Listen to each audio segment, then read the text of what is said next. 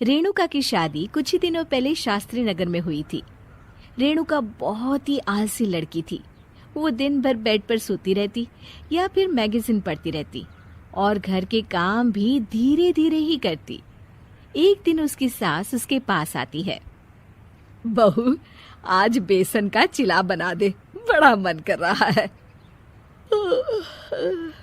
हाँ मम्मी जी, बनाती हूँ थोड़ी देर में। थोड़ी देर में? अरे थोड़ी देर में तो रात के खाने का वक्त हो जाएगा बहू। अच्छा मम्मी जी, तो फिर आप रात का खाना ही खा लीजिएगा ना। हे भगवान, कैसी आलसी बहू मिली है मुझे, हर काम को बस टालती ही रहती है। रेणुका दिन भर बस आलस पना ही करती रहती। एक बार रात के खाने पर सब बैठे हैं तो रेणुका का पति कहता है, अरे ये क्या, आज फिर से करेला? रेणुका, हफ्ते में तीसरी बार ऐसा हुआ है कि करेला बन रहा है। कुछ भी बना लिया करो। अरे इतनी सारी सब्जी मिलती है मार्केट में। हाँ, पर अब कौन मार्केट जाए और सब्जी लेकर आए, इसीलिए जो था घर पर वही बना दिया। बहू, फ्रिज खोल कर देखती तो पता चलता कि सारी सब्जियां रखी होती है, पर तुम्हारा आलसपन खत्म हो तो तुम्हारी नजर जाए ना।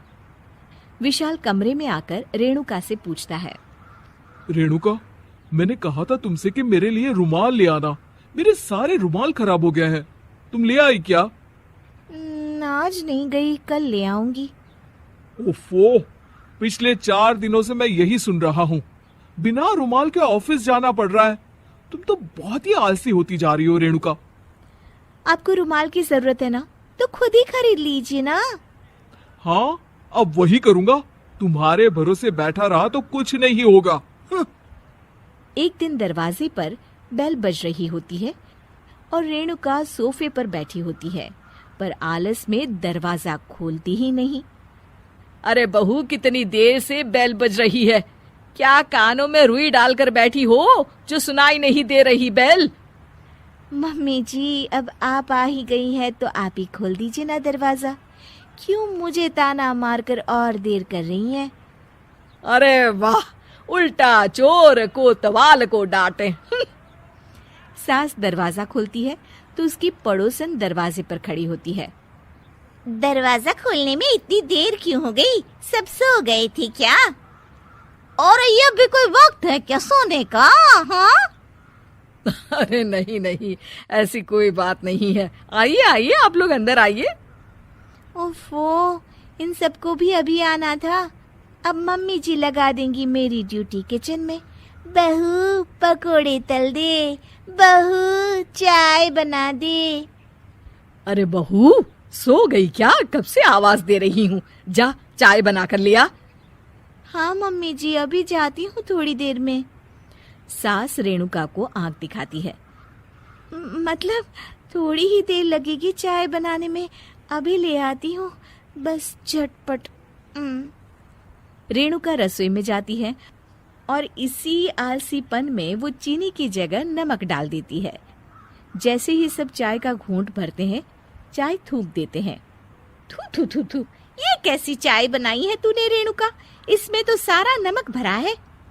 हाँ, और ये पकोड़े, इसमें इतनी मिर्च है कि मेरी तो हालत ही खराब हो गई खाकर। और रेणु जी, आपकी खातिरदारी में पहले तो कभी कोई कमी नहीं रहती थी, पर जब से आपकी ये बहू आई है ना, मामला कुछ गड़बड़ा सा गया है।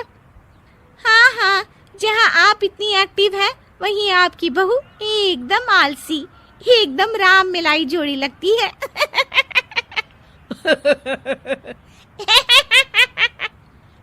अच्छा जी, चलते हैं अब।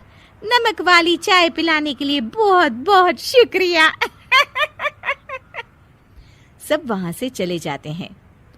अरे तूने तो मेरी नाक ही कटा दी बहू। वे लोग क्या सोच रहे होंगे मेरे बारे में? मम्मी जी, मैंने तो शक्कर ही डाली थी, पता नहीं नमक कैसे बन गई शक्कर। शक्कर नमक नहीं बना बहू रानी, तुम्हारा ये जो आलसपना है ना, ये उसी का नतीजा है। सॉरी मम्मी जी, अब मैं ये आलसपन छोड़कर सारे काम अच्छे से मन लगाकर करूंगी।